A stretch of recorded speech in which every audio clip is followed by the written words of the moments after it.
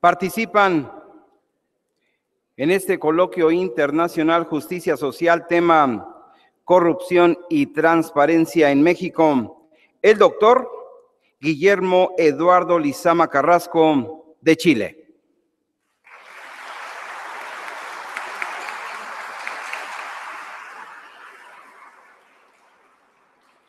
El doctor Juan Antonio Taguenca Belmonte, de España.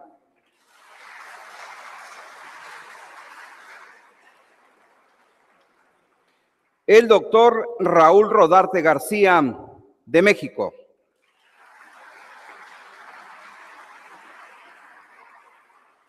Como moderador, el maestro Joaquín García Hernández.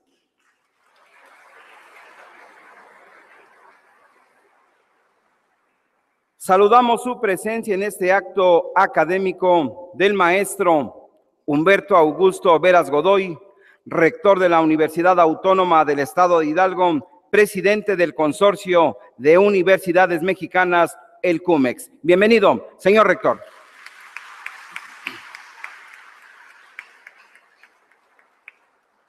El doctor Edmundo Hernández Hernández, director del Instituto de Ciencias Sociales y Humanidades.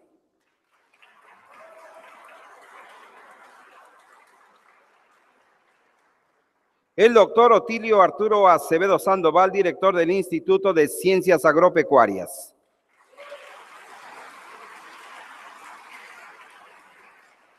El doctor Gilberto Pérez Lechuga, director de la Escuela Superior de APAN.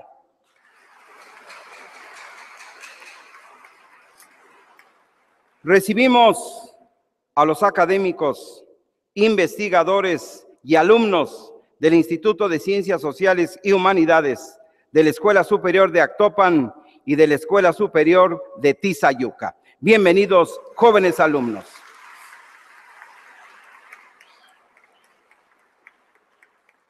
Tiene el uso de la palabra el moderador, maestro Joaquín García Hernández.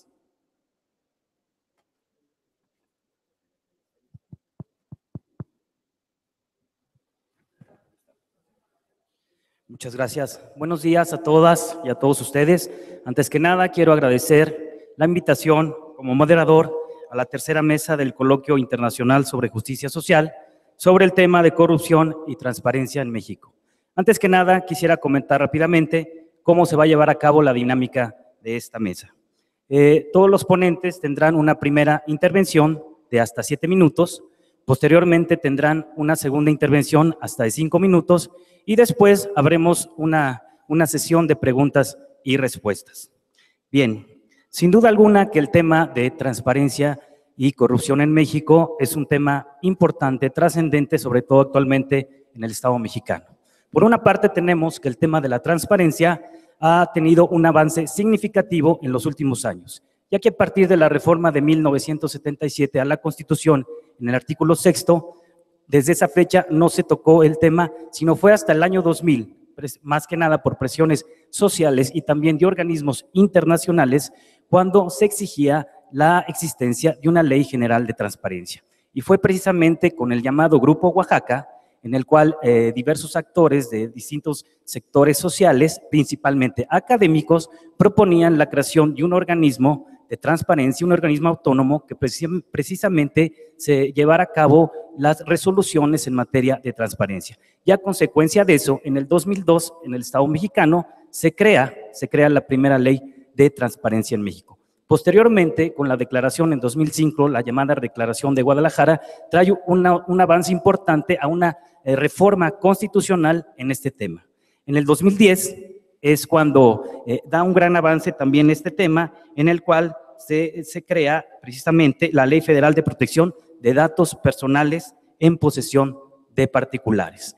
Y para no ir más lejos, apenas el pasado 4 de mayo de este año, el presidente Enrique Peña Nieto acaba de publicar la nueva Ley de Transparencia, en donde lo más importante es que ahora el Instituto Federal de Acceso a la Información Pública ya no es Instituto Federal, como ha pasado con otros organismos, sino ahora es Instituto Nacional de transparencia y ahora con nuevas competencias. Desde ese punto de vista podemos ver que el tema de transparencia ha tenido unas reformas relevantes y se ha ido poco a poco institucionalizando. Sin embargo, tenemos la otra parte de este tema, que es la corrupción.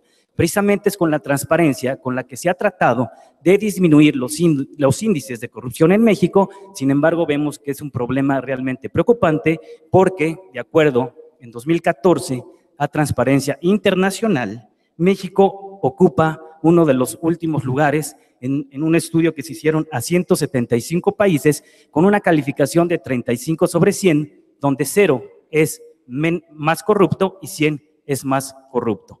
En ese estudio, Dinamarca sale como el país menos corrupto y Corea del Norte y Somalia sale como el más corrupto. En América Latina, México se encuentra por debajo de sus principales socios comerciales, como 82 posiciones debajo de Chile y 34 lugares por debajo de Brasil. Y tan solo en la OCDE, que son 34 países, México se encuentra en el último lugar. Sin duda es un tema trascendente, importante, pero bueno, vayamos a lo que nos dicen nuestros ponentes del día de hoy, que sin duda nos darán una idea más clara y más profunda de este tema. En este orden de ideas me voy a permitir presentar una breve reseña curricular de nuestro primer ponente, es el doctor Guillermo Lizama Carrasco. Él es doctor en Geografía por la Universidad Nacional Autónoma de México, maestro en Sociología Política por el Instituto de Investigaciones Dr. José María Luis Mora y licenciado en Historia por la Universidad de Chile. Cuenta con diversas publicaciones científicas como libros y artículos en cuestiones de abstencionismo, elecciones y sistema político en México y en América Latina. Ha coordinado proyectos de investigación en los que destacan Geografía de la Participación y el Abstencionismo en México, financiado por la Secretaría de Educación Pública. Actualmente es profesor investigador del área académica de Ciencias Políticas y Administración Pública del Instituto de Ciencias Sociales y Humanidades de la Universidad Autónoma del Estado de Hidalgo. Cuenta con el reconocimiento profesores con el perfil deseable PROMEPSEP y es miembro del Sistema Nacional de Investigadores. Adelante, doctor, le cedemos el uso de la voz. Muchas gracias. Muy buenos días a todas y todos. En primer lugar, quisiera agradecer la oportunidad de poder participar en este quinto Festival Internacional de la Imagen, especialmente a la Universidad Autónoma del Estado de Hidalgo, por medio de su señor rector, doctor Humberto Veras. Muchas gracias, doctor. También al director del Instituto de Ciencias Sociales y Humanidades, doctor Edmundo Hernández. Muchas gracias, doctor. Autoridades que nos acompañan y especialmente a los organizadores de este Festival Internacional de la Imagen y los alumnos y alumnas que hoy nos acompañan. Precisamente la convocatoria de este Festival Internacional pone como país invitado a Dinamarca. Precisamente Dinamarca tiene mucho que decir en cuestiones de transparencia y rendición de cuentas, ya que es el país, de acuerdo a los indicadores, digamos, internacionales, que mejores niveles tiene, tanto en corrupción como en transparencia. Entonces, el marco para debatir estas ideas es un marco tremendamente oportuno, y yo voy a entregar una presentación que está fundamentalmente dividida en dos lugares. Primero, para entender el panorama general de la situación de la corrupción y la transparencia, y en segundo lugar, delimitar las acciones del gobierno mexicano en ámbito de las políticas públicas y específicamente en la cuestión de cómo se articula el nuevo Sistema Nacional Anticorrupción y cómo se articula el Sistema Nacional de Transparencia, Rendición de Cuentas, Acceso y Protección de Datos Personales. Bien, entonces, en primer lugar, tratando de conceptualizar qué es la idea de la transparencia, las organizaciones internacionales entregan una primera definición muy general de lo que es la transparencia, y esta tiene que ver con la claridad, la apertura de todo acto de los funcionarios públicos y de las organizaciones burocráticas, las cuales tienen que estar permanentemente bajo el escrutinio de la sociedad. Con esto se permite la evaluación, el control de la corrupción y la rendición de cuentas. Esto, como muy bien lo decía el maestro Joaquín, ha sido producto de una agenda que tiene por lo menos 20 años en cómo se ha ido construyendo el tema de la transparencia. El año 94, en este país no sabíamos cuánto ganaba el presidente de la República. Y en ese sentido, eso pone en antecedente las 3 generaciones por las cuales se han desenvuelto las políticas públicas en la materia en México. En primer lugar, la cuestión del acceso a la información, con las reformas del año 2000, en donde se reconocen las obligaciones del Estado para con la información pública que posee. El segundo momento es la cuestión de la transparencia focalizada o la información de oficio que las instituciones públicas deben disponer de forma oportuna y eficiente. Y el tercer momento, que es el momento en el cual se quiere dar el impulso desde la agenda para el gobierno abierto por parte del gobierno federal, que tiene que ver con llegar a esta idea del gobierno abierto, que es el último paradigma, digamos, por los cuales se han procesado las cuestiones de transparencia. Y en ese sentido tenemos Infomex, la agenda para el gobierno abierto y toda la misma alianza precisamente para el gobierno abierto, ¿no? Bien, entonces, también hablar de la corrupción. La corrupción es una definición muy amplia y muy genérica, que no es otra cosa que el inadecuado uso del poder gubernamental para conseguir ventajas y beneficios ilegítimos de cualquier naturaleza. En ese sentido, la corrupción uno podría plantearla que se encuentra en todos los ámbitos y esferas de la vida. En el ámbito de la vida pública creemos que impacta particularmente en 3 dimensiones. En la cuestión de la administración pública, generando, por ejemplo, ineficiencia, ineficacia, patrimonialismo, bajo impacto de las acciones de política pública. En la sociedad, y esto es algo tremendamente preocupante, que la discusión teórica lo ha planteado en una serie de oportunidades, que es la construcción de una cultura de la ilegalidad. Y eso es bien interesante porque eso nos toca, digamos, a todos los miembros de la sociedad, y finalmente, en donde más se presentan ámbitos de corrupción, especialmente a nivel internacional y en las grandes transacciones comerciales, que es en el ámbito de la economía. Y aquí hay mucha evidencia. Por ejemplo, el último informe sobre soborno de la OCDE precisamente habla del impacto, por ejemplo, en el bajo crecimiento, en los mercados monopólicos y la formación de duopolios, en la baja inversión, en el fenómeno de la captura de las empresas, en los mecanismos regulatorios, en la estructura del pago de impuestos. Solamente pensemos en la magnitud del Estado mexicano. Un 8% del Producto Interno Bruto representa toda la estructura de licitaciones y transferencias públicas. Si ahí hay corrupción, un 8% de toda nuestra economía está expuesta a los ámbitos de corrupción. Y hay un animalito que nos invita, digamos, un poco desde las campañas internacionales de transparencia internacional a atender los problemas de la corrupción. Y la corrupción se ha ido construyendo como un problema público y principalmente desde los organismos internacionales. Y en ese sentido, la primera legislación que hay en el ámbito internacional es en el 77, una legislación en los Estados Unidos, precisamente para contener las prácticas corruptas, principalmente en los ámbitos de comercio internacional. El año 93 es un año interesante porque se crea Transparencia Internacional y el siguiente año se va a crear el Índice de Percepción de la Corrupción, que es un índice que vamos a hablar un poquito más adelante, y también la Organización de Estados Americanos, por medio de la Carta Interamericana de los Derechos Humanos, tiene una convención específica que es la Convención Interamericana para el Combate a la Corrupción, más el trabajo de la OCDE, que es un documento para combatir el soborno de servidores públicos extranjeros en transacciones comerciales internacionales. En ese mismo contexto surgen entonces la medición de la corrupción y hay 2 índices que nos presentan un panorama general. El primero es el índice de percepción de corrupción de cooperación internacional y el segundo el índice de opacidad, que es, digamos, opuesto a la cuestión de transparencia, que lo hace la consultora internacional fiscal Pricewaterhouse. El año 2004 también es un año importante para México porque tenemos la Convención de Mérida, que es la convención que firma la Convención Anticorrupción y es la que además obliga al Estado mexicano a hacer una serie de reformas constitucionales, y para el caso mexicano en Aguascalientes se crea la oficina y la Agencia Especializada de Naciones Unidas para el Combate al Crimen y las Drogas. Entre todas estas organizaciones van creando una tesis, que es la tesis más frecuente para entender este problema de la transparencia y la corrupción, que es que la corrupción es un obstáculo para el desarrollo de las sociedades, ¿no? Y ese es el primer marco de análisis. Entonces, para avanzar un poco más rápido, ¿cómo estamos en materia de corrupción? Y este es el índice de percepción que construye Transparencia Internacional a partir de una serie de preguntas que hace en 175 países a los principales tomadores de decisiones y actores públicos de estos distintos países. Lo primero que observamos en este mapa es que el fenómeno es un fenómeno internacional, generalizado y prácticamente presente en todos los países del mundo. Hay ciertas intensidades a concentrarse en algunos espacios geográficos específicos, particularmente lo que sucede en el África subsahariana y en la parte del Asia Norte, digamos, en Rusia, etcétera. Y en el caso de América Latina tenemos algunas tensiones específicas en Centroamérica y en la parte norte del Cono Sur.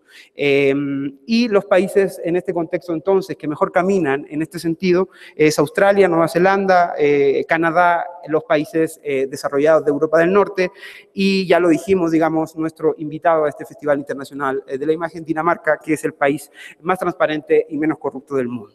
Esto para un poco entender cómo se desenvuelve el tema por áreas, y grandes regiones del planeta. Miren, el índice va de 0 a 100 y si uno quisiera cometer, digamos, un error metodológico tipo 1, podría llevarlo esto a una calificación de 0 a 10. Y entonces las cifras podríamos leerlas en ese sentido. Por ejemplo, la región de las Américas tiene 45, lo que uno podría, digamos, mostrarlo como un 4.5 en una escala de 1 a 10. Europa y los países de la Unión Europea son los que mejor les va, pero ni siquiera tienen una calificación aprobatoria, es 6.6. Europa del Este, 3.3, Asia-Pacífico, 4.3, el África septentrional, 3.8, y el África subsahariana, digamos, donde se concentran los mayores niveles de rezago, 33, 3.3. puntos, perdón. Bueno, y en este contexto, México precisamente se va a ubicar en 103 de 175 países. O sea, tenemos un retraso, digamos, evidente, siendo Dinamarca la mejor y los peores países, Corea del Norte y Somalia. Esto es preocupante porque México se encuentra más abajo de algunos países que compiten económicamente con él, específicamente con Brasil, que se encuentra 34 lugares más arriba. México, además, se ubica en la última posición de los países de la OCDE. Y para terminar esta primera parte, simplemente decir este contexto en el cual además estamos viviendo los fenómenos de corrupción. Acaban de bajar en 15% las cotizaciones de OHL, la principal constructora del mundo, o una de las principales constructoras del mundo, por las escuchas telefónicas de sobreprecio en obra pública. La vicepresidenta de Guatemala acaba el día sábado de renunciar. Por otras escuchas telefónicas y casos de corrupción, de donde yo vengo, de Chile, la presidenta Michelle Bachelet le ha pedido la renuncia a todo el gabinete de ministros. Hay acusaciones profundas, empresas investigadas, y así suma y sigue, digamos, para poner la última corona y dejar hasta aquí esta primera parte, los helicópteros del encargado de la Conagua, ¿no? Y así suma y sigue. Entonces, en ese sentido, ese es el panorama internacional que existe, y un segundo momento de mi intervención en este coloquio va a ser mostrar un poco cuál es la respuesta desde el Sistema Nacional de Transparencia, Acceso a la Información y Protección de Datos Personales y desde el Sistema Nacional Anticorrupción. Eso veremos acá.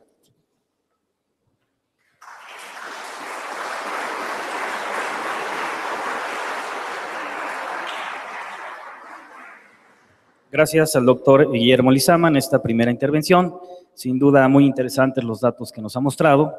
Y me parece que el problema o el reto más importante de los gobiernos actuales es precisamente el tema de la corrupción. Enseguida voy a presentar una síntesis curricular del doctor Raúl Rodarte García. Es licenciado, maestro y doctor en Geografía con estudios realizados en la Universidad Nacional Autónoma de México. Durante sus primeros años como investigador se desenvolvió dentro del ámbito del desarrollo rural en el Colegio de Posgraduados.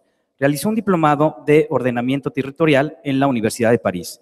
Fue director del Instituto de Ecología y profesor investigador de la Universidad del Mar en Puerto Ángel, Oaxaca. Actualmente es jefe del área y profesor investigador del área académica de Ciencia Política y Administración Pública de la Universidad Autónoma del Estado de Hidalgo y desarrolla líneas de investigación de política y gestión pública, de estudios geopolíticos. Ha trabajado diversos proyectos relacionados con la industria, el crecimiento urbano, el desarrollo regional y el ordenamiento territorial. Imparte cursos de geopolítica, política de población y desarrollo urbano y regional. Maestro, le cedemos el uso de la voz. Muchas gracias.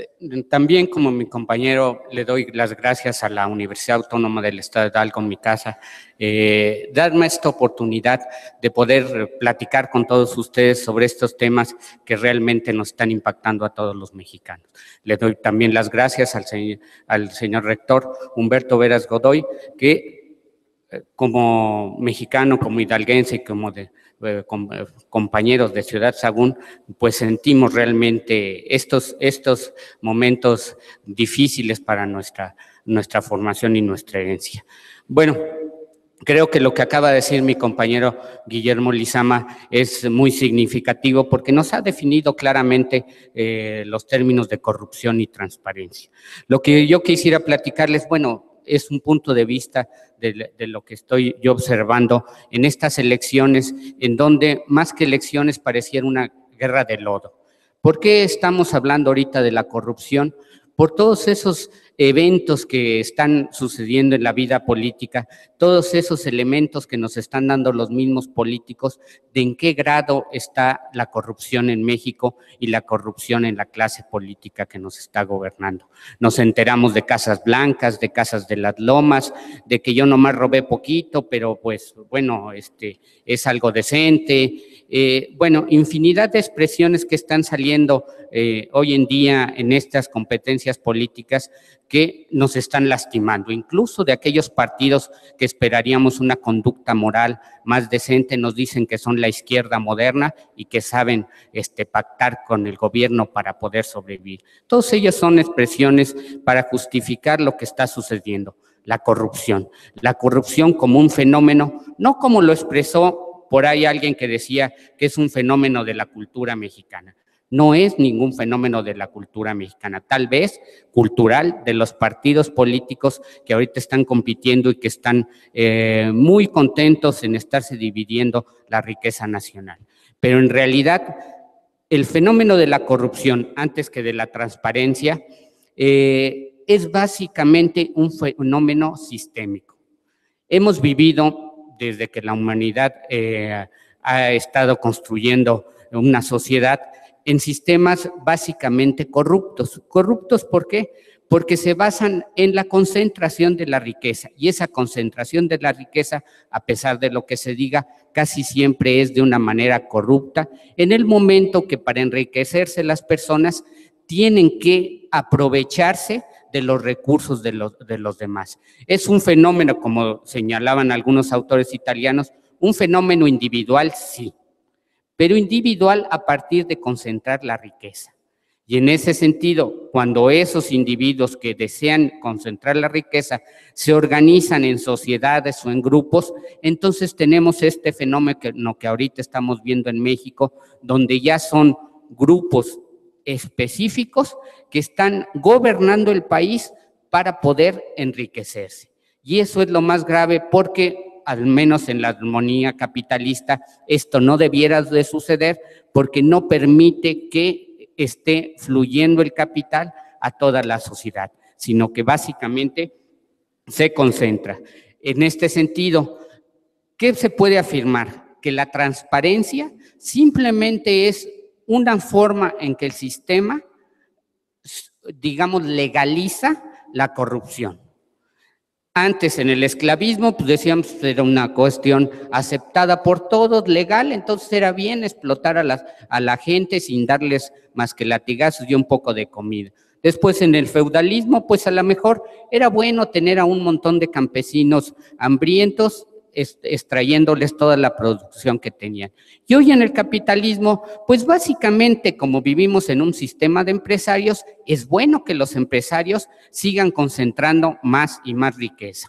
En ese sentido, la transparencia y las instituciones que se dedican a la transparencia simplemente legalizan esa forma de extracción de la riqueza. No es ninguna otra cosa. Es decir, que por más transparencia que haya, no va a haber menos corrupción. La única forma que tenemos en el mundo de disminuir la corrupción es que los sistemas sean más igualitarios. Es cierto, en Dinamarca, Noruega, Suecia, tenemos unos niveles de vida, digamos, homogéneos entre toda la población, y ahí es donde realmente nosotros podemos afirmar que hay menos corrupción porque hay menos deseo de la gente de estar concentrando o robando o despojando a los demás. ¿Por qué recordé mi herencia de Ciudad Sagún? Cuando yo llegué a Ciudad Sagún, cuando nací en Ciudad Sagún, vivíamos en una ciudad en una armonía verdaderamente sorprendente, porque casi todos los obreros tenían un buen salario. No había necesidad de despojar a nadie, era una ciudad segura, como con 5 policías, donde toda la población habitábamos de manera, digamos, en armonía y no necesitamos estar robando a nadie. Era una ciudad en donde francamente podía yo dejar la puerta abierta de mi casa, ir al mandado y regresar y no pasaba absolutamente nada. En ese sentido, ese es un ejemplo de que en nuestro país sí ha habido lugares donde la corrupción no existe. Pero en estos momentos, el sistema capitalista, en el momento de que se impone el neoliberalismo y la globalización, que se basa en el despojo de los pocos recursos, de los pocos bienes que tiene el resto de la población, pues se han incrementado de manera alarmante los niveles de corrupción. Es decir, que nosotros estamos creando el problema de la corrupción porque seguimos apoyando esas políticas que en los países subdesarrollados son más graves en el momento en que nuestros gobernantes están facilitando a las grandes empresas apropiarse de nuestra riqueza nacional. Entonces, sí, con eso.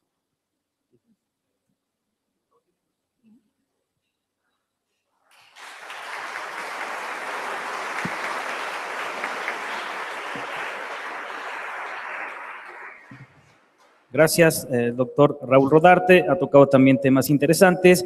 Algo que hay que destacar precisamente de lo que comentaba el doctor es que precisamente la nueva Ley General de Transparencia, algo que es totalmente nuevo, es que ya dentro del catálogo de sujetos obligados, pues ya están los partidos políticos y los sindicatos, incluso particulares que tengan el uso de recursos públicos. Entonces, me parece que en ese tema sí se ha avanzado un poco, porque anteriormente pues era impensable que los partidos políticos y sindicatos pudieran formar parte de ese catálogo de sujetos obligados. Bien, vamos a pasar con nuestro tercer ponente, que es el doctor Juan Antonio Taguenca Belmonte. Él es doctor en Ciencias Políticas y Sociología por la Universidad Autónoma de Barcelona. Actualmente es miembro del Sistema Nacional de Investigación Nivel 2, profesor de tiempo completo del área académica de Ciencias Políticas y Administración Pública del Instituto de Ciencias Sociales y Humanidades de la Universidad Autónoma del Estado de Hidalgo. Es líder del cuerpo académico de estudios políticos comparados. Sus líneas de investigación son Juventud y Política, Calidad de la Democracia, Participación Ciudadana, Rendición de Cuentas y Estudios de Opinión Política. Ha trabajado en varias investigaciones para la Unión Europea, desde el Consejo Superior de Investigaciones Científicas en España y la Universidad Autónoma de Barcelona. Sus publicaciones más recientes son La cultura política de los jóvenes universitarios en Hidalgo, un estudio sobre sus opiniones y actitudes con respecto a la democracia. Fanatismo, 3 tipos ideales, la opinión política de los jóvenes universitarios de Hidalgo, México. Un análisis desde la teoría de campo. Es autor de los libros Las nuevas biotecnologías en España, consideraciones sociológicas sobre sus políticas, controversias y opiniones. Jóvenes mexicanos y política, una relación compleja y ambivalente, entre otras más. Adelante, doctor, le cedemos el uso de la voz. Muy bien, muchas gracias. En primer lugar, agradecer a las autoridades, al rector Humberto Augusto Veras Godoy, al director del Instituto de Ciencias Sociales y Humanidades, Edmundo Hernández Hernández, a las autoridades aquí presentes y a los estudiantes y profesores que aquí nos acompañan.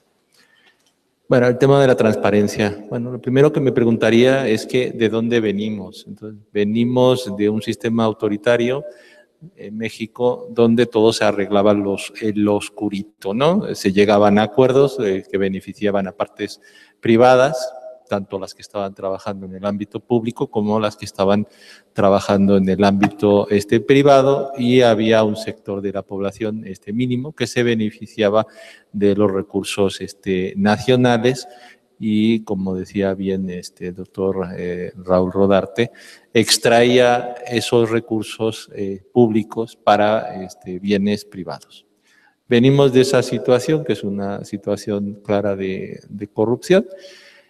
Eso, por supuesto, alejaba a la ciudadanía y a la sociedad civil, tanto la que se empezó a organizar como la que no estaba organizada, la alejó del ámbito público y la alejó de la representación política de la ciudadanía, que es fundamental para la construcción de bienestar de una comunidad política.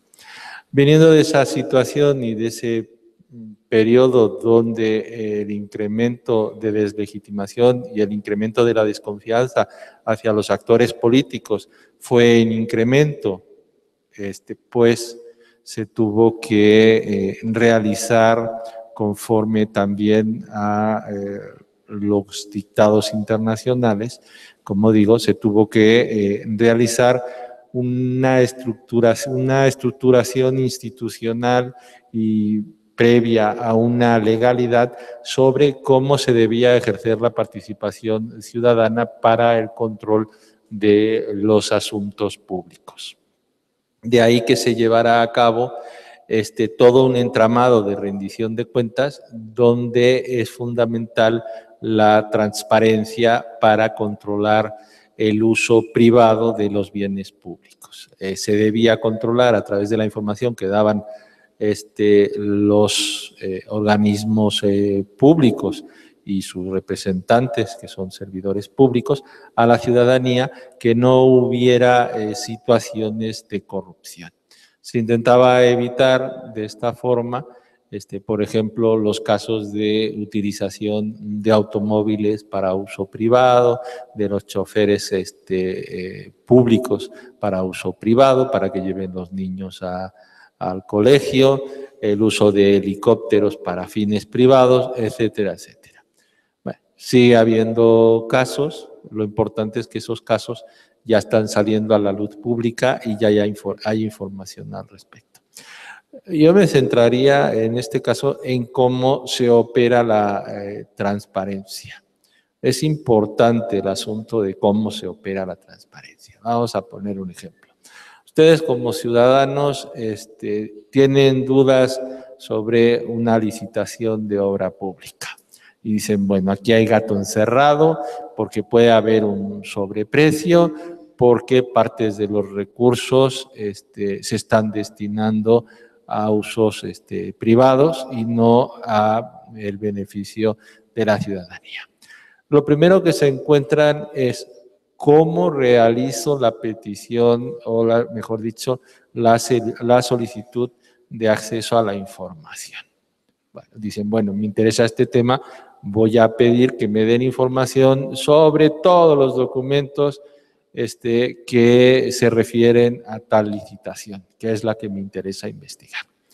Bueno, esa petición llega a la autoridad correspondiente y le pueden decir perfectamente, bueno, hay una inexistencia de información.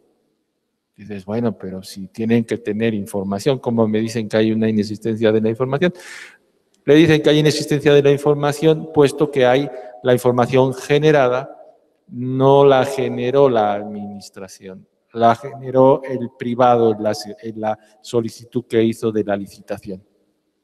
Y esa no entra dentro de la transparencia, porque no son las autoridades públicas las que generaron la información.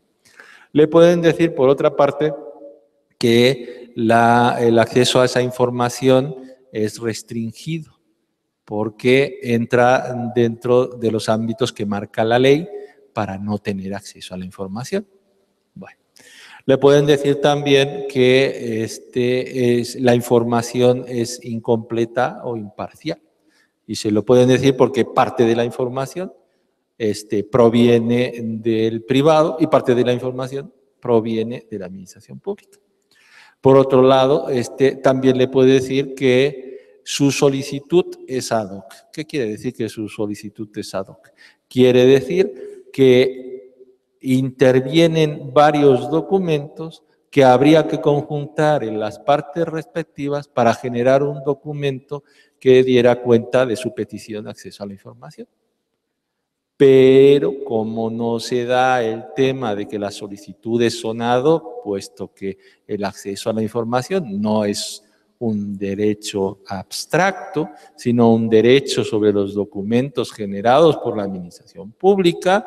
Eso quiere decir que tampoco le van a dar la información, puesto que usted tiene que solicitar los documentos para que le den acceso a esos documentos, no a un documento ad hoc generado con varios documentos. Y ahí tiene el problema de que tampoco le dan la información. ¿Eso qué quiere decir? Que la ciudadanía tiene que tener la formación suficiente para hacer solicitudes que sean aceptadas por los administradores públicos, que están bajo otra lógica y que entienden el acceso a la información de una forma distinta. Evidentemente existen mecanismos de controlar de alguna forma las negaciones que se dan. Y entonces esos mecanismos institucionales, como el organismo de acceso a la información, le pueden guiar para que haga su solicitud. De momento lo dejaría aquí y en la segunda ronda especificaríamos más. Gracias.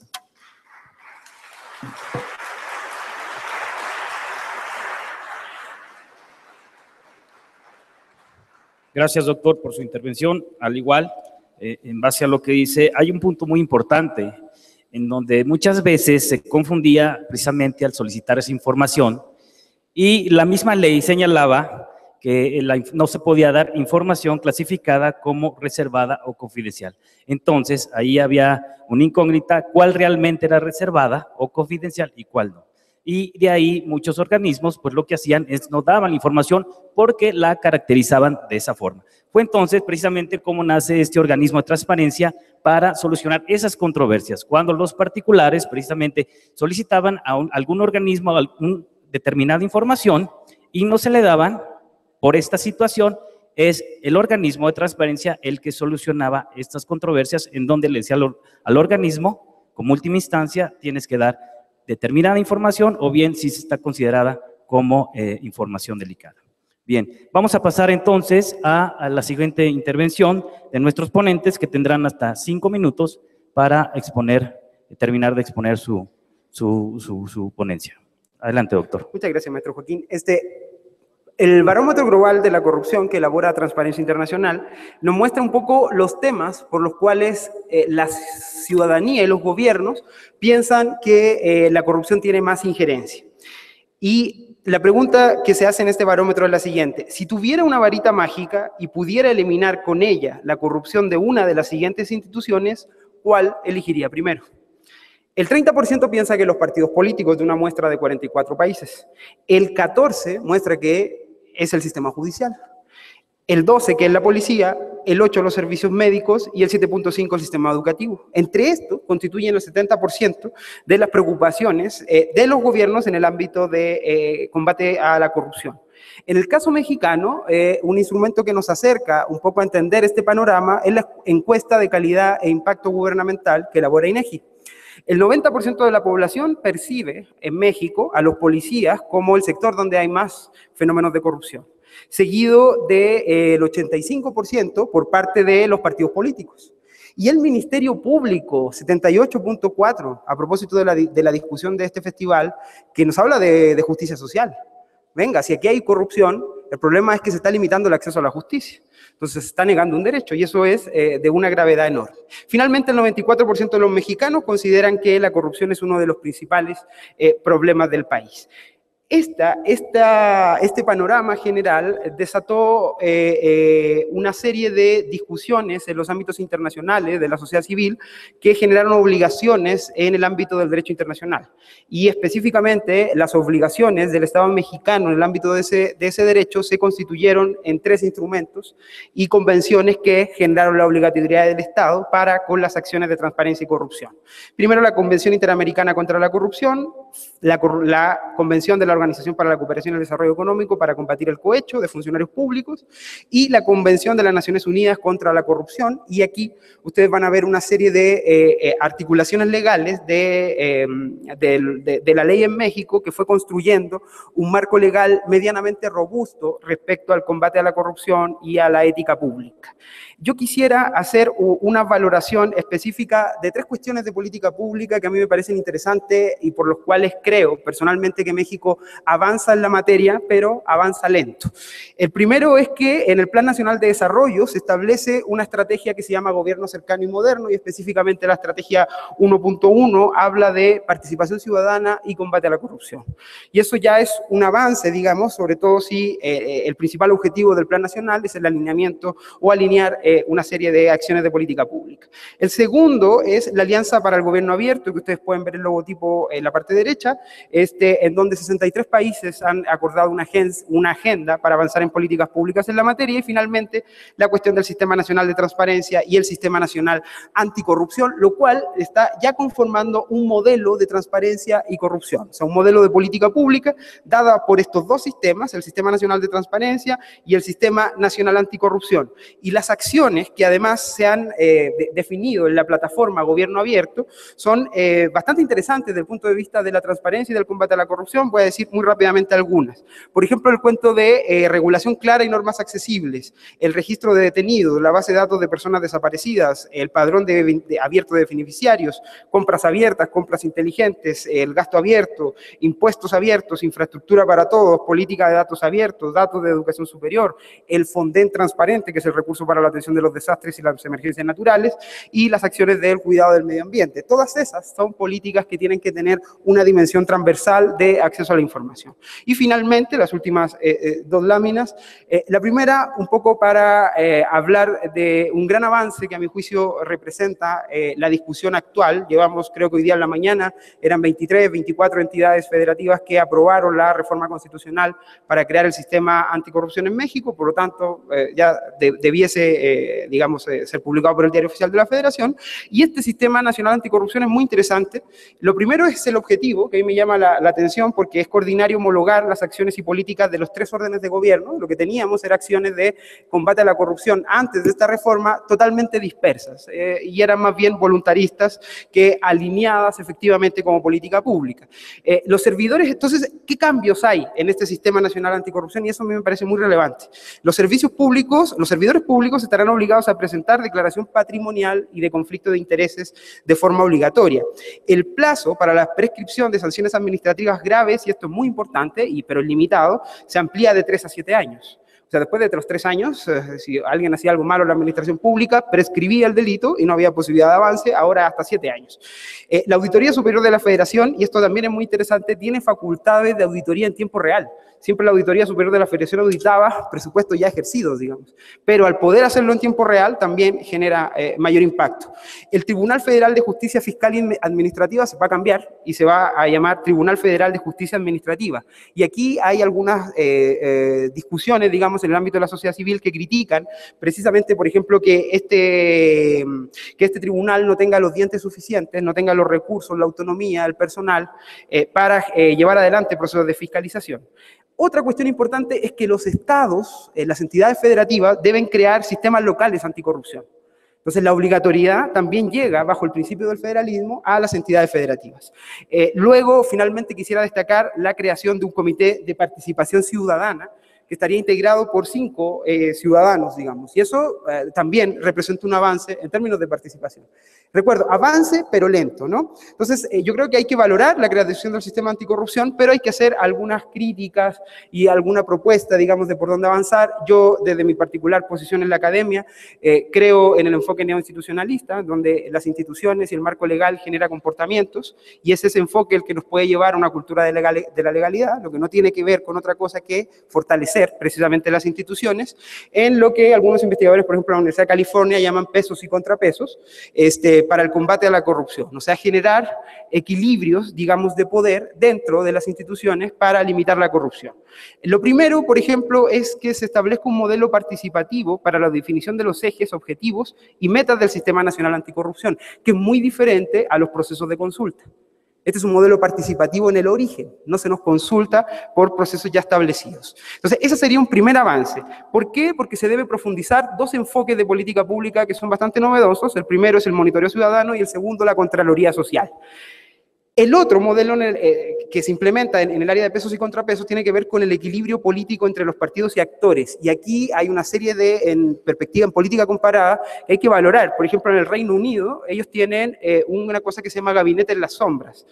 Por cada ministro del gabinete, la oposición debe nombrar a un similar que sea el encargado de fiscalizar, de transparentar y de darle seguimiento a todas las acciones de ese ministro. Entonces, cada ministro tiene otro ministro o otro secretario atrás, que es el que se conoce como gabinete en la sombra, y que va permanentemente dándole seguimiento a las acciones de cada uno de los miembros del gabinete. Se requiere ya avanzar en la discusión hacia si se debe crear una Fiscalía Nacional Anticorrupción. Y esta es una discusión, digamos, que algunos países como Brasil la tienen, como Chile la tienen, y el gran debate en este ámbito es si esta fiscalía es una herramienta que tiene dientes o no tiene dientes. Y en ese sentido hay que avanzar en la cuestión de los dientes. Y por último, nada aparece en la ley o en el proyecto de ley respecto a la articulación efectiva entre este nuevo modelo, entre el Sistema Nacional Anticorrupción, el Sistema Nacional de Transparencia y el Tribunal Federal de Responsabilidades Administrativas. Todavía no está muy claro cómo se van a coordinar estos tres ámbitos. Y por último, una de las últimas propuestas, digamos, y esta sí, ahí sí yo comparto completamente, y en esta sí se puede avanzar muy rápido, es el tema del blindaje electoral. Y ahí sí debe ser un blindaje a todos los candidatos. Y el modelo internacional, principalmente el modelo que se ocupa en Australia y otros países, es un modelo de blindaje en tres ámbitos. Primero, una declaración patrimonial. Segundo, una declaración de impuestos de los últimos 5 años. Vamos a ver si pagó los impuestos y se justifica sus ingresos con lo que tiene. Y por último, una declaración de potencial conflicto de intereses. Los tres instrumentos deberían ser públicos, deberían estar en la página del Instituto Nacional Electoral. Podríamos acceder a todos los distritos, a todos los candidatos para revisar esta documentación. Esto no es tan difícil. Estos son cambios y modificaciones en la ley mínimos y podrían obligarse. Entonces, para terminar, sin duda el desafío que nos han puesto organizaciones como Transparencia Internacional, como la ONU, es romper la cadena de la corrupción. Y ahí hay una campaña internacional en ese sentido. Y el objetivo, y en ese sentido yo comparto, es la construcción de una cultura de la legalidad. Y ese tiene que ser el desafío normativo, el fin que tenemos que recorrer juntos como sociedad, todos los actores que vivimos en ella. Y esta cultura de la legalidad no es otra cosa que los miembros de una sociedad acatan normas, conocen sus derechos y obligaciones y se movilizan a favor de la defensa del Estado de Derecho. O sea, ejercen precisamente esos derechos que están constituidos. Entonces, el camino de la corrupción y la transparencia en México ha estado lleno de vaivenes, tiene una serie de avances. Creo que se ha dado un salto clave en la creación del Sistema Nacional de Transparencia y del Sistema Nacional de Corrupción, pero falta más profundidad todavía, faltan acciones concretas, faltan mayores facultades de estas instituciones para perseguir la corrupción y garantizar la transparencia como dos derechos de la ciudadanía en México. Muchas gracias.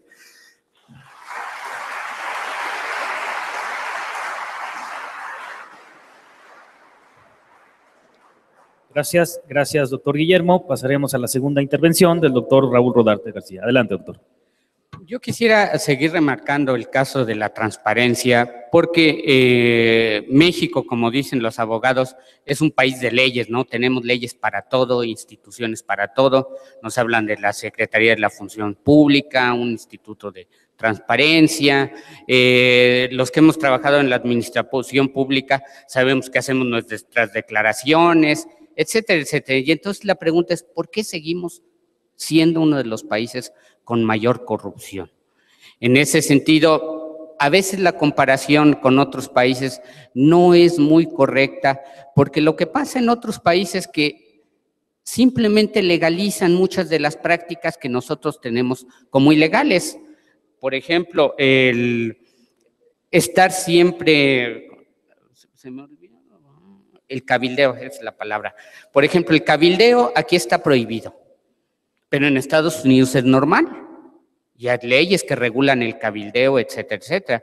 Pero al final de cuentas, en Estados Unidos también estamos hablando que hay una situación muy corrupta en función de que esos cabilderos siempre están negociando contratos de las grandes empresas para beneficiar a su sector. Entonces, pasó con el presidente Obama. La sociedad americana tenía mucha fe que con este presidente se iban a cambiar todo ese tipo de prácticas, porque los representantes de las cámaras ya no estaban defendiendo los intereses de los grupos que los habían elegido. En ese sentido, con Obama no cambió en nada la situación. ¿Por qué? Porque él también, sus cabilderos, estaban consiguiendo recursos para su campaña de las grandes empresas. En ese sentido, no podían tocar tampoco esos intereses. Creo que simplemente legalizar esa función no beneficia a la sociedad. Simplemente cuando las reformas estructurales que tanto nos han programado nos dicen, es que son legales, porque las cámaras las votaron y por lo tanto todo el pueblo mexicano las apoyó. Y en ese sentido nunca dicen que todos los partidos fueron expuestos a esos cabilderos de las grandes empresas transnacionales para que su voto fuera positivo en función de sus intereses. Por eso les decía que el rompimiento en los países en los partidos de izquierda se debió a esa situación, los que aceptaron los sobornos y los que no los aceptaron.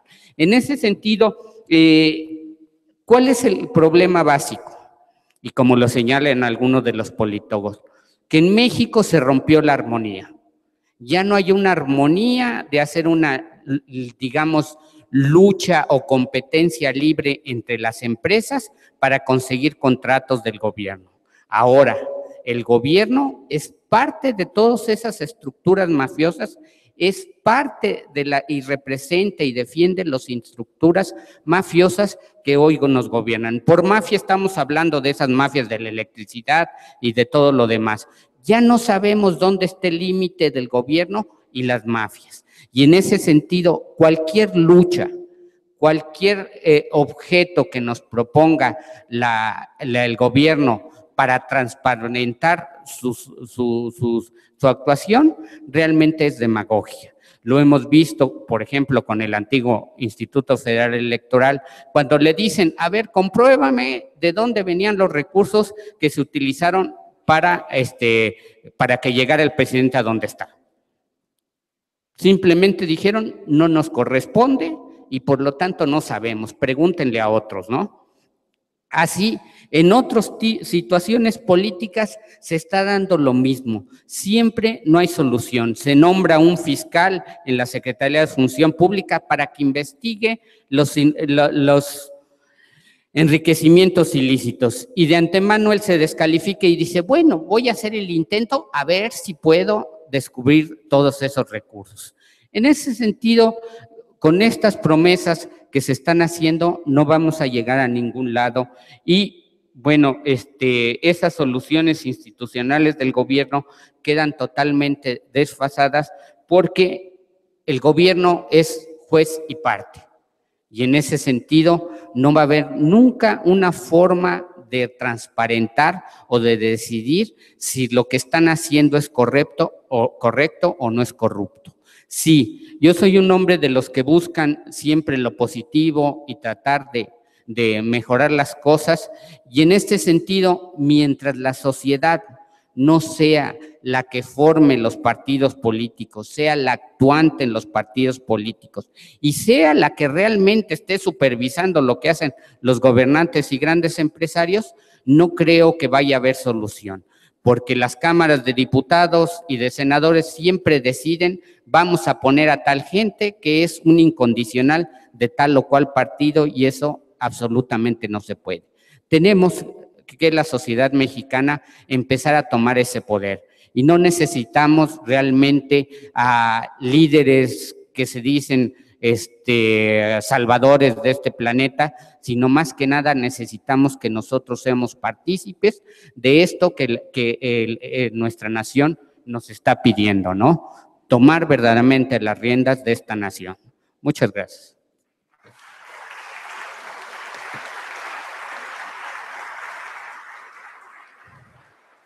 Gracias, doctor Rodarte, por esta segunda intervención. Le cedemos el uso de la voz al doctor Juan Antonio Taiguenca para su segunda intervención. Adelante, doctor. Sí, gracias, Joaquín.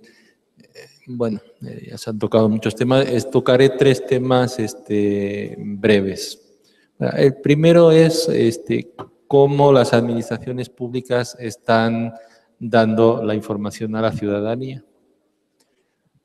En ese sentido, ponen su página web, los ayuntamientos, los gobiernos de los estados, el gobierno federal en sus distintas áreas, ponen su página web y nos informan. El hecho es que la información que nos dan está sesgada a beneficio de la gestión que están haciendo. Parecen más un uso propagandístico, con fines electorales muchas veces o con fines de legitimación del trabajo que hacen los administradores públicos. No es una información sustantiva que nos dé las nociones básicas de cómo están procediendo los funcionarios con respecto a su trabajo. Bueno, eso en primer lugar. Entonces, así nos están dando la información. Si ya queremos acceder a una información más particular, pues la debemos solicitar y ya hablamos antes de los problemas que nos podemos encontrar en esa solicitud. El segundo tema del que quería hablarles es de quién pide la información o quién está capacitado para pedir una información real que tenga efectos sobre control del trabajo de los administradores públicos. Pues bien, son los intereses privados. Aquí el doctor Raúl nos hablaba de los intereses fácticos. Pues son esos intereses los que a través de sus departamentos jurídicos piden información sustantiva que luego utilizan para el control de los funcionarios, pero no para el bien de la ciudadanía, no para el bien común, sino para el bien de los corporativos, que son los que están solicitando la información. Con lo cual, la transparencia se convierte en un arma de doble filo, muchas veces, donde el filo está en funcionarios que no son corruptos, sino todo lo contrario. No son corruptos porque no aceptan que los sobornos, entonces vamos a pedirles información y vamos a rascarles a ver por dónde le podemos entrar a este funcionario. Entonces hay que tener en cuenta que la transparencia puede usarse de esa manera. Y el tercer punto que quería tratar es de quiénes están del lado de la institucionalización que controla a los administradores públicos. Ahí tenemos al IFAI, Instituto Federal de Acceso a la Información, que ahora es el Instituto Nacional de Acceso a la Información, INAI. Tenemos a la Auditoría Superior de la Federación y por otra parte también tenemos al antiguo IFE, que ahora es el INE. Bueno, estos controlan a nivel federal. Entonces, tenemos que ver quién controla el legislativo, quién controla el poder judicial y quién controla al ejecutivo. Pero resulta que tenemos tres ámbitos de gobierno: el ámbito federal, donde están estos organismos que les acabo de comentar, pero que no tienen hasta la fecha, salvo algunas modificaciones del Instituto Nacional de Acceso a la Información sobre las competencias que ya posee, pero el acceso estatal lo tienen los organismos estatales y los acceso municipal, los organismos municipales. A nivel federal, pues se ha llegado a cierta ciudadanización de estos ámbitos, pero los reglamentos de estas instituciones son bastante limitados. De hecho, si hablamos de la Auditoría Superior de la Federación, hace informes con 2 años de atraso y quienes eligen a este organismo que fiscaliza al legislativo son los propios legisladores, o sea, los partidos políticos. Por otro lado, al INE prácticamente y sin prácticamente lo eligen los partidos políticos y nos queda un organismo más o menos autónomo que sería el INAI. ¿Eso qué quiere decir? Pues que tenemos organismos controladores cuyos miembros están puestos ahí por los mismos que tienen que controlar. Poco van a controlar porque realmente están ahí para defender los intereses de quienes los pusieron y no los intereses generales. Y con eso terminaría. Gracias.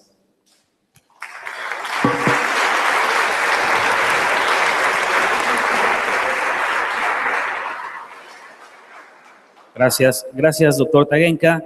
Sin duda hemos escuchado un tema bastante interesante, como lo decía al principio, y lo retomo nuevamente. Yo creo que el reto fundamental del gobierno es el problema de la corrupción.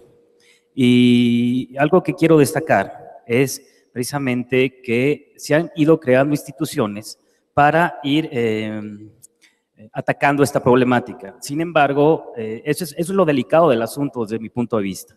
Primero, ya lo comentaron por aquí, está la Auditoría Superior, la Secretaría de la Función Pública, el IFAI, ahora INAI, y ahorita está por aprobarse el Sistema Nacional Anticorrupción.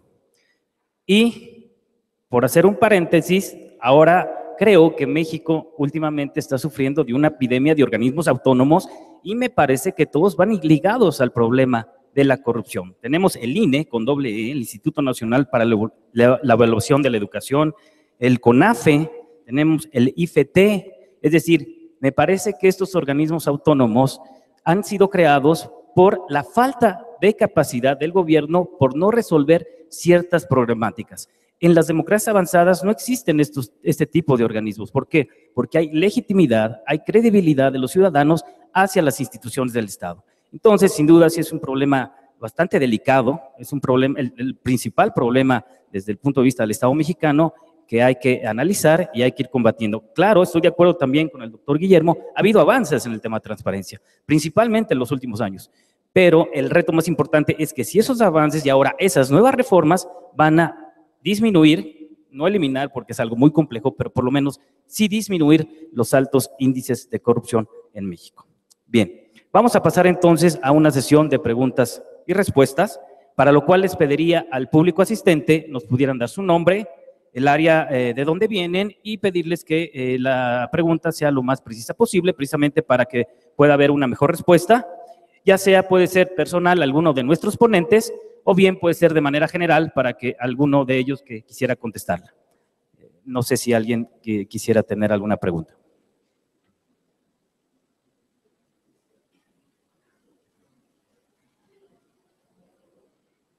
Aquí adelante levantaron la mano, por favor. Tu nombre y tu área de donde vienes, por favor.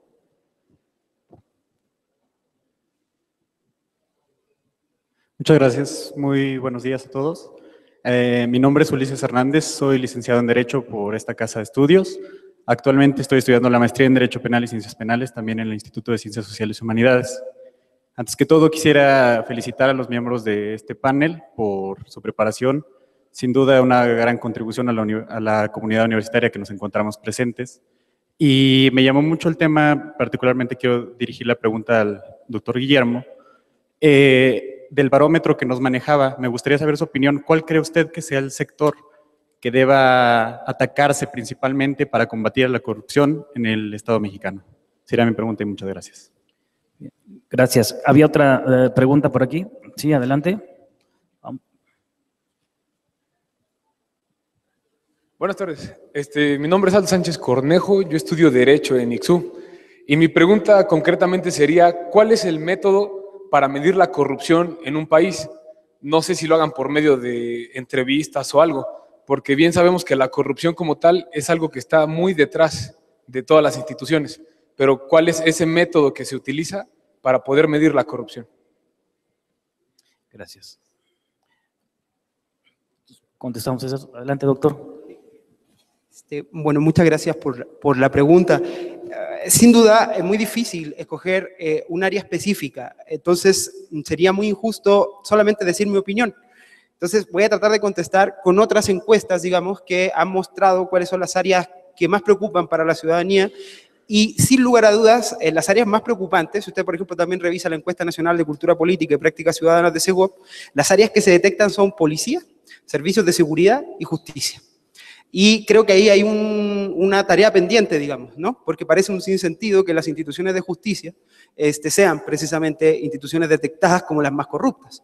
Y en ese sentido, ahí los estudiantes de maestría como usted, los posgraduados, tienen un desafío tremendamente importante de llevar y de incorporar este marco de la cultura de la legalidad, de la transparencia, de la rendición de cuentas, del combate a la corrupción a sus distintos ámbitos. Ahora, no solamente tiene que ver con ese voluntarismo, sino con leyes, con instituciones más fuertes, más arraigadas, que a la mera hora lo que hagan sea garantizar el acceso a la justicia como un derecho, y en ese sentido me parece que el acceso a la justicia y los órganos de seguridad son dos cuestiones tremendamente relevantes y que preocupan mucho a la ciudadanía. Y el otro ámbito que se detecta en las encuestas es el ámbito de trámites, de vínculos, ir a sacar un papel, a dar de baja unas placas, a dar un permiso de licencias de conducir. En eso también se detectan en muchas encuestas que la gente se molesta mucho, digamos, porque a la hora de hacer trámites los costos de transacción a partir de la corrupción tienden a subir, y eso es un malestar generalizado. Eso de respecto a esas áreas, y muy puntualmente, quizás algún otro colega de la mesa quisiera acompañarme en alguna explicación, respecto a cómo se mide la corrupción. Medir la corrupción es tremendamente complejo, digamos, y pasa algo similar que pasa con algunos delitos, que se denuncian poco, que están invisibilizados, y por lo tanto, si usted llegara exclusivamente a medir por los registros administrativos, por las denuncias que se presentan en tribunales, por las sanciones administrativas, incluso por los registros y los expedientes abiertos por la Secretaría de la Función Pública, sería muy complejo tener un panorama, digamos, general y homogéneo para medir la corrupción, sobre todo si va a comparar países, estados, municipios. Entonces, lo que se ha convenido a nivel internacional por parte de las agencias, y especialmente por Transparencia Internacional, es tener una medición de percepción. Y esa medición de percepción se construye, digamos, preguntándole y aplicándole encuestas a los tomadores de decisiones. Principalmente el índice, al menos que yo mostré, el de percepciones de la corrupción, se construye así. Se aplica un instrumento en 147 países, son instrumentos de dos naturalezas, y que se preguntan a tomadores de decisiones, jueces, funcionarios públicos, funcionarios de partidos políticos, etc.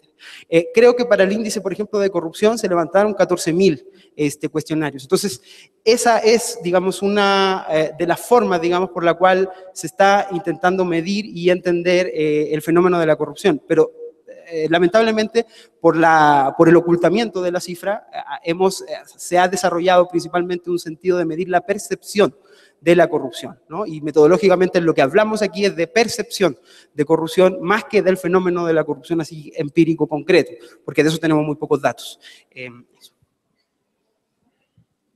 Bueno, redundando lo que ha dicho Guillermo, en realidad no se está midiendo la corrupción de un país, se está midiendo la percepción que se tiene de la corrupción del país a través de una serie de cuestionarios donde se hacen una serie de preguntas. Existen dos ámbitos muestrales, que es el de los funcionarios, como bien dijo aquí el doctor Lizama, y también el de la ciudadanía. Entonces, le preguntan a usted, por ejemplo, ¿ha visto usted una mordida en la última semana o en las últimas 2 semanas? Eso es un acto de corrupción de un agente policial hacia un ciudadano. Eso sería una opinión objetiva porque ha visto un acto de corrupción. Si le preguntan a usted, ¿en su familia alguien ha dicho que ha visto un acto de corrupción? Ya es una valoración subjetiva, porque alguien le ha dicho, no lo ha visto usted directamente. Si le preguntan a usted, ¿cree usted que hay corrupción en México? Esa pregunta no nos serviría porque es muy general. Entonces, existen una serie de instrumentos que son a través de cuestionarios y a través del método estadístico, pues se realizan los estudios sobre percepción de la corrupción que se realizan a través de la opinión expresada por distintos grupos muestrales. Gracias, doctor. ¿Alguna otra pregunta? Adelante. Sí, acá.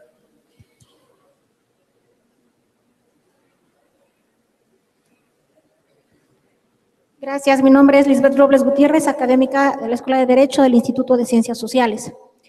Esta es una pregunta para que me quede un poco claro qué opción tenemos los ciudadanos para disminuir la corrupción en el sistema mexicano cuando es el propio sistema el que se autoprotege de este tópico. El propio sistema legisla al respecto, designa a las personas y a quienes han de intervenir en los institutos que van a regular tanto transparencia como anticorrupción. El propio sistema sanciona, el propio sistema investiga, el propio sistema juzga. De alguna manera, la nueva legislación trata de cubrir estos aspectos. Sin embargo, yo veo finalmente que en México difícilmente se va a poder solucionar esta circunstancia. Veo solamente una nueva opción para acudir inclusive con algo más fundado y más sólido a organismos internacionales protectores de derechos humanos. Finalmente, el acceso a la información como un camino o mecanismo para que a la vez los ciudadanos pudiéramos combatir la corrupción es un derecho fundamental, el acceso a la información.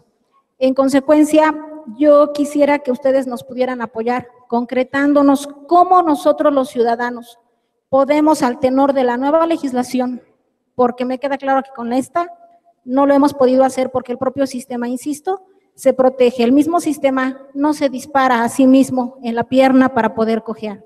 El propio sistema se protege porque así funciona.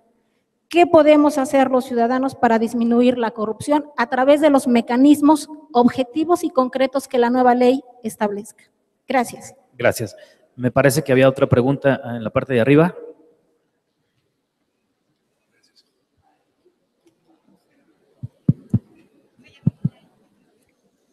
Hola, buena tarde. Luis Peralta, profesor investigador, Escuela Superior Ciudad Sahagún, doctorado en Desarrollo Regional. En realidad, el tema, por perfil profesional, no es un área de competencia, pero sí como ciudadano. ¿Qué opinión tienen de la anulación de votos como un instrumento sofisticado en una verdadera democracia? Entiendo que en países de Sudamérica la anulación de votos tiene un peso. Entiendo que en México no.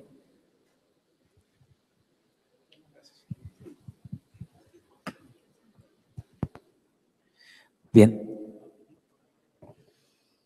Bueno, es ahora sí que un problema muy grande eso de cómo resolver la corrupción en México.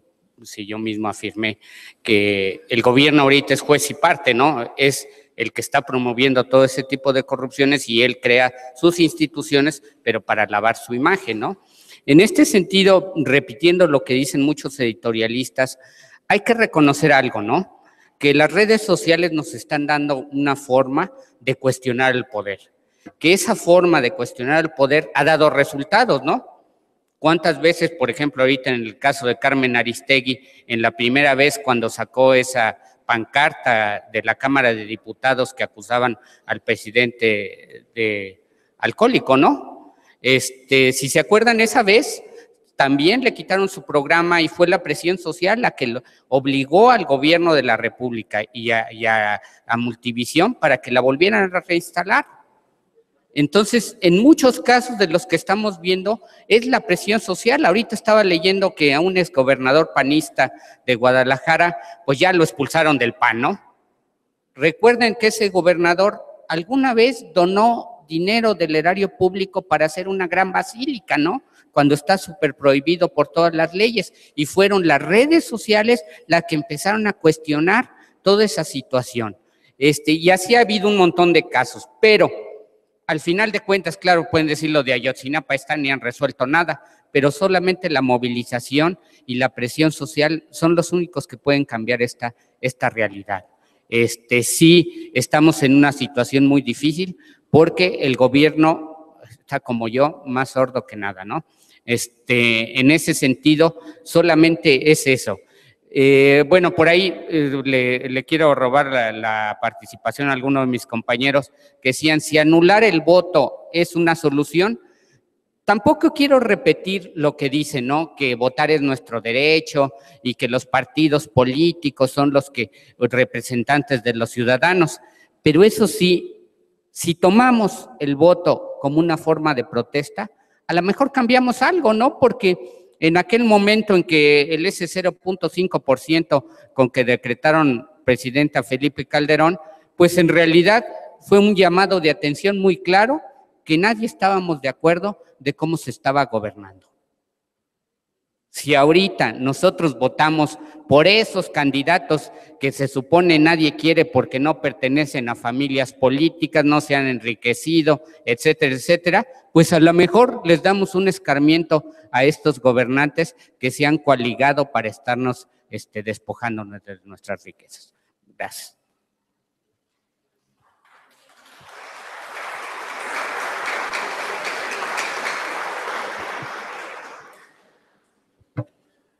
Bueno, al hilo de lo que se ha dicho en estas dos preguntas que me parecen muy interesantes, cómo la ciudadanía puede intervenir para resolver en cierta medida el tema de la corrupción de los administradores públicos.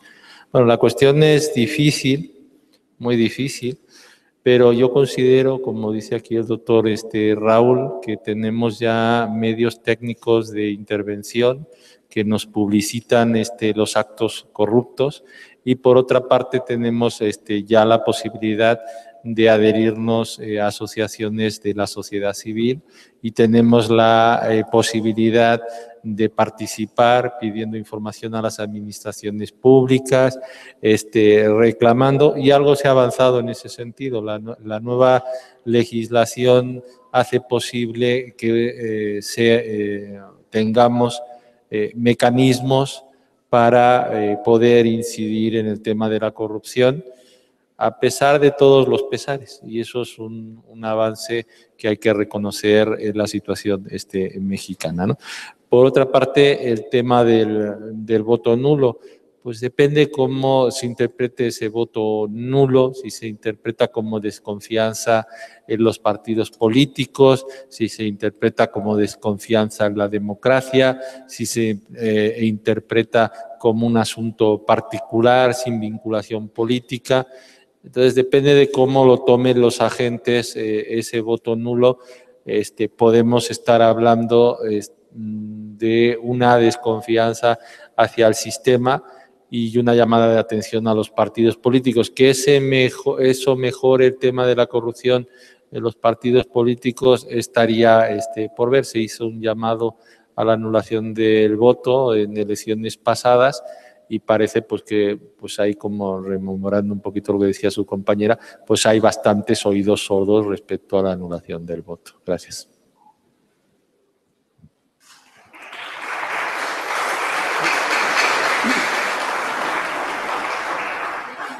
¿Qué pueden hacer los ciudadanos? El combate a la corrupción y la transparencia, a mi parecer, tiene tres ejes: participación ciudadana, sin lugar a dudas, partidos políticos, como pesos y contrapesos, e instituciones fuertes. En ese sentido, en el ámbito específicamente de la participación ciudadana, actualmente en las ciencias políticas y en los ámbitos de política pública hay dos discusiones que tienen que ver con los mecanismos de cogobierno, de corresponsabilidad, de participación institucional ciudadana. Y ahí mi recomendación es que podamos seguir discutiendo, digamos, esto a partir de algunas categorías. La primera, la Contraloría Social, que es el máximo nivel de institucionalización de la participación ciudadana, y por otro lado el monitoreo ciudadano, que también son dos dimensiones que están perfectamente conceptualizadas para que los ciudadanos puedan trabajar institucionalmente con los gobiernos. Entonces, me parece que ahí eso apunta precisamente a un nuevo modelo que tiene que ver con la gobernabilidad democrática. Y eso lo relaciono con la última pregunta, que era esta idea del voto. Esa es una discusión apasionante. Sin duda podríamos estar mucho tiempo debatiendo de este tema.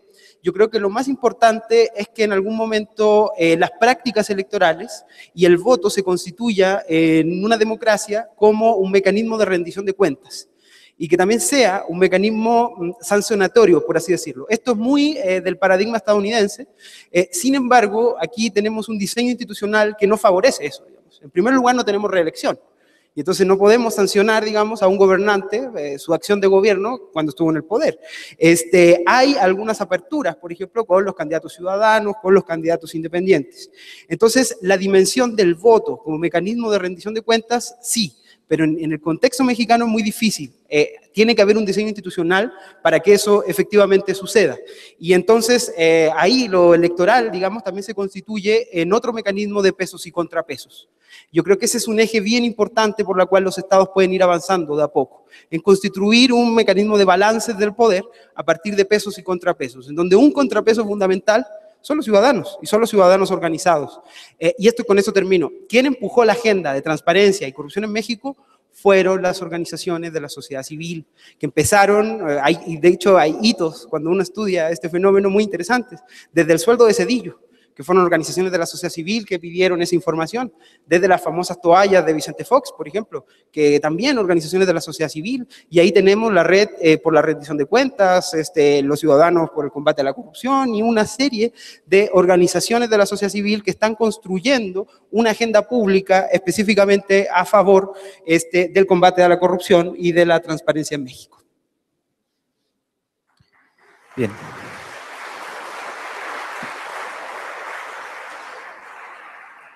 Pues muchas gracias a nuestros ponentes, al doctor Guillermo, doctor Tangenka, doctor Rodarte, por estas exposiciones interesantes que nos han venido a dar. Y gracias, reitero la invitación desde mi punto personal por moderar esta mesa. Muchas gracias a todos.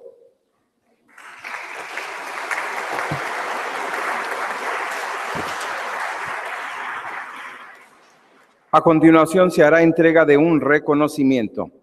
El reconocimiento a la letra dice: la Universidad Autónoma del Estado de Hidalgo, su patronato y el Festival Internacional de la Imagen otorgan el presente reconocimiento por su participación en la tercera mesa del Coloquio Internacional sobre Justicia Social realizado en el marco de la quinta edición del Festival Internacional de la Imagen FINI 2015. Pachuca de Soto, Hidalgo, a 13 de mayo del año 2015. De manera respetuosa pedimos a nuestro rector haga entrega de estos reconocimientos.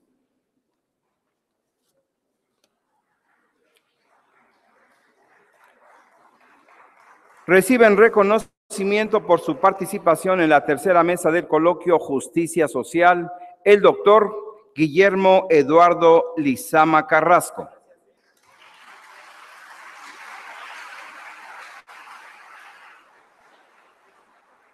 Recibe reconocimiento por su participación el doctor Juan Antonio Tangenka Belmonte.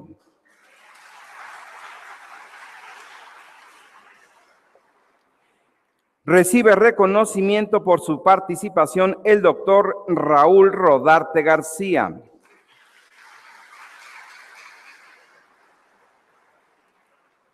Y recibe reconocimiento por su participación como moderador el maestro Joaquín García Hernández. Fuertes los aplausos para los integrantes de esta tercera mesa del Coloquio Internacional, tema corrupción y transparencia. De esta manera finaliza este acto académico universitario. Invito a ustedes a despedir a los participantes de esta tercera mesa, a nuestro rector por su participación y entrega de estos reconocimientos.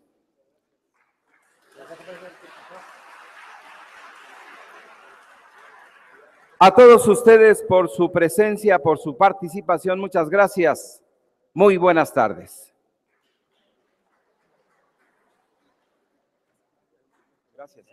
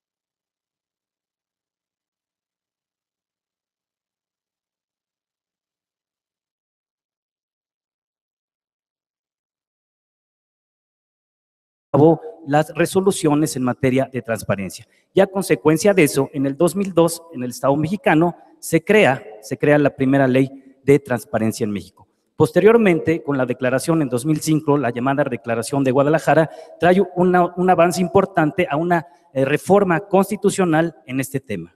En el 2010 es cuando da un gran avance también este tema, en el cual se crea precisamente la Ley Federal de Protección de Datos Personales en posesión de particulares. Y para no ir más lejos, apenas el pasado 4 de mayo de este año, el presidente Enrique Peña Nieto acaba de publicar la nueva ley de transparencia, en donde lo más importante es que ahora el Instituto Federal de Acceso a la Información Pública ya no es Instituto Federal, como ha pasado con otros organismos, sino ahora es Instituto Nacional de Transparencia y ahora con nuevas competencias. Desde ese punto de vista podemos ver que el tema de transparencia ha tenido unas reformas relevantes y se ha ido poco a poco institucionalizando. Sin embargo, tenemos la otra parte de este tema, que es la corrupción. Precisamente es con la transparencia con la que se ha tratado de disminuir los índices de corrupción en México. Sin embargo, vemos que es un problema realmente preocupante porque, de acuerdo en 2014 a Transparencia Internacional, México ocupa uno de los últimos lugares en un estudio que se hicieron a 175 países con una calificación de 35 sobre 100, donde 0 es más corrupto y 100 es más corrupto. En ese estudio, Dinamarca sale como el país menos corrupto y Corea del Norte y Somalia sale como el más corrupto. En América Latina, México se encuentra por debajo de sus principales socios comerciales, como 82 posiciones debajo de Chile y 34 lugares por debajo de Brasil.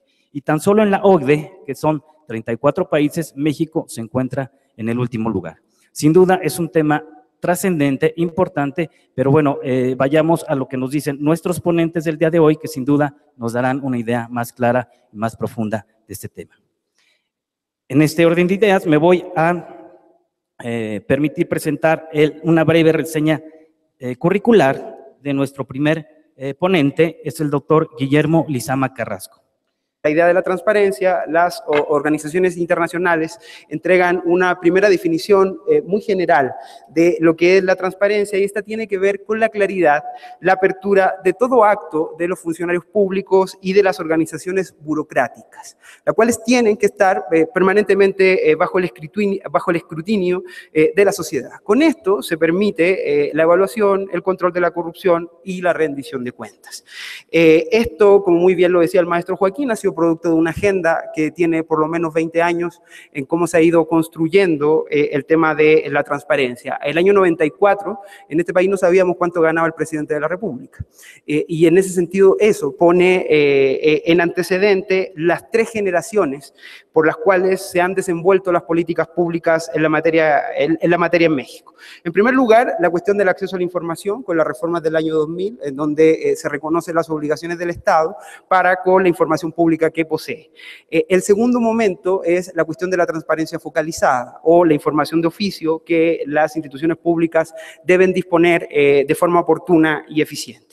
Y el tercer momento, que es el momento en el cual se quiere dar el impulso desde la agenda para el gobierno abierto por parte del gobierno federal, que tiene que ver con llegar a esta idea del gobierno abierto, que es el último paradigma, digamos, por los cuales se han procesado las cuestiones de transparencia.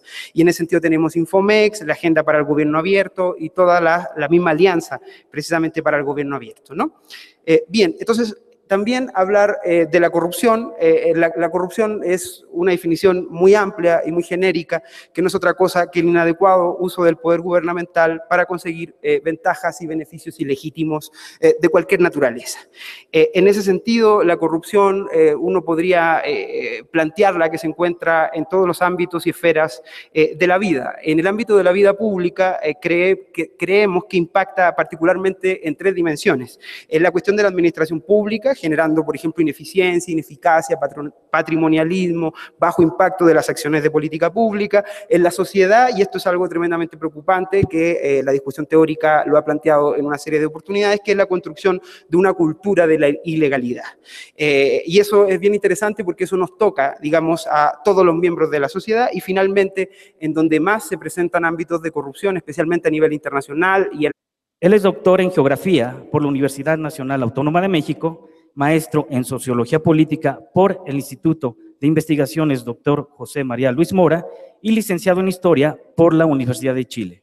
Cuenta con diversas publicaciones científicas como libros y artículos en cuestiones de abstencionismo, elecciones y sistema político en México y en América Latina. Ha coordinado proyectos de investigación en los que destacan Geografía de la Participación y el Abstencionismo en México, financiado por la Secretaría de Educación Pública. Actualmente es profesor investigador del área académica de Ciencias Políticas y Administración Pública del Instituto de Ciencias Sociales y Humanidades de la Universidad Autónoma del Estado de Hidalgo. Cuenta con el reconocimiento profesores con el perfil deseable PROMEPSEP y es miembro del Sistema Nacional de Investigadores. Adelante, doctor, le cedemos el uso de la voz. Muchas gracias. Muy buenos días a todas y todos. En primer lugar, quisiera agradecer la oportunidad de poder participar en este quinto Festival Internacional de la Imagen, especialmente a la Universidad Autónoma del Estado de Hidalgo, por medio de su señor rector, doctor Humberto Veras. Muchas gracias, doctor. También al director del Instituto de Ciencias Sociales y Humanidades, doctor Edmundo Hernández. Muchas gracias, doctor. Autoridades que nos acompañan y especialmente a los organizadores de este Festival Internacional de la Imagen y los alumnos y alumnas que hoy nos acompañan. Precisamente la convocatoria de este Festival Internacional pone como país invitado a Dinamarca. Precisamente Dinamarca tiene mucho que decir en cuestiones de transparencia y rendición de cuentas, ya que es el país, de acuerdo a los indicadores, digamos, internacionales, que mejores niveles tiene, tanto en corrupción como en transparencia. Entonces, el marco para debatir estas ideas es un marco tremendamente oportuno, y yo voy a entregar una presentación que está fundamentalmente dividida en dos lugares. Primero, para entender el panorama general de la situación de la corrupción y la transparencia, y en segundo lugar, delimitar las acciones del gobierno mexicano en ámbito de las políticas públicas y específicamente en la cuestión de cómo se articula el nuevo Sistema Nacional Anticorrupción y cómo se articula el Sistema Nacional de Transparencia, Rendición de Cuentas, Acceso y Protección de Datos Personales. Bien, entonces, en primer lugar, tratando de conceptualizar qué es la Humanidades.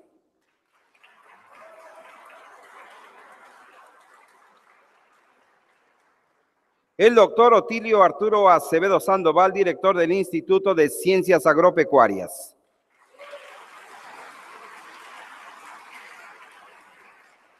El doctor Gilberto Pérez Lechuga, director de la Escuela Superior de APAN.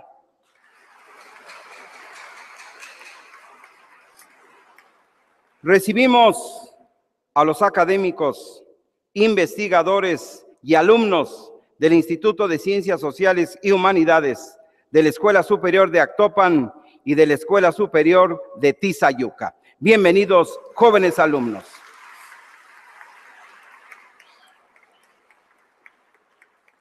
Tiene el uso de la palabra el moderador, maestro Joaquín García Hernández.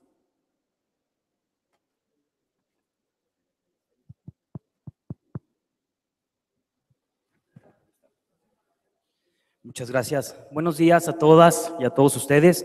Antes que nada, quiero agradecer la invitación como moderador a la tercera mesa del Coloquio Internacional sobre Justicia Social sobre el tema de corrupción y transparencia en México. Antes que nada, quisiera comentar rápidamente cómo se va a llevar a cabo la dinámica de esta mesa. Todos los ponentes tendrán una primera intervención de hasta 7 minutos, posteriormente tendrán una segunda intervención hasta de 5 minutos y después habremos una sesión de preguntas y respuestas.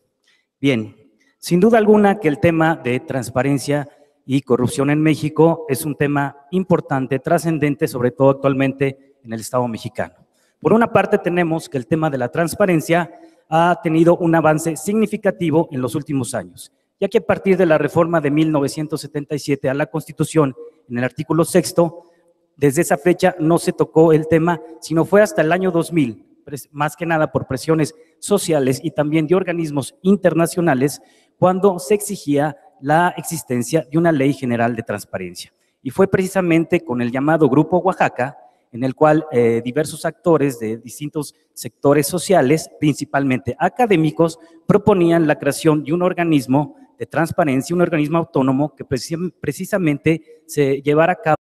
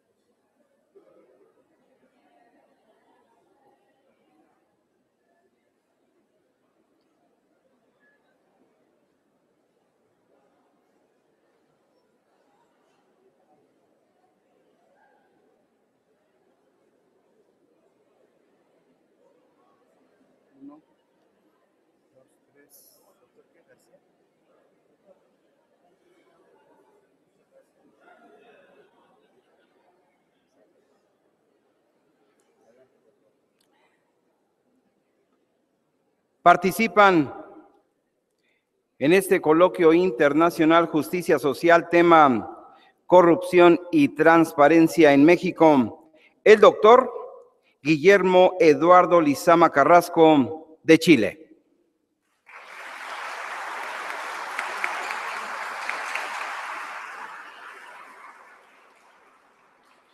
El doctor Juan Antonio Taguenca Belmonte, de España.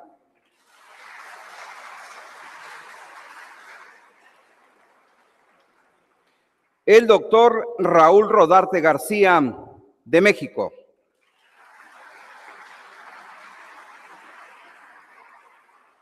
Como moderador, el maestro Joaquín García Hernández.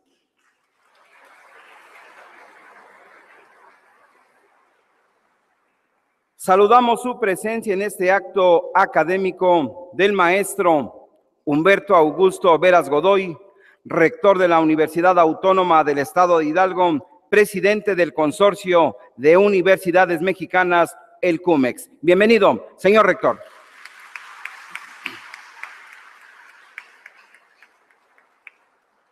El doctor Edmundo Hernández Hernández, director del Instituto de Ciencias Sociales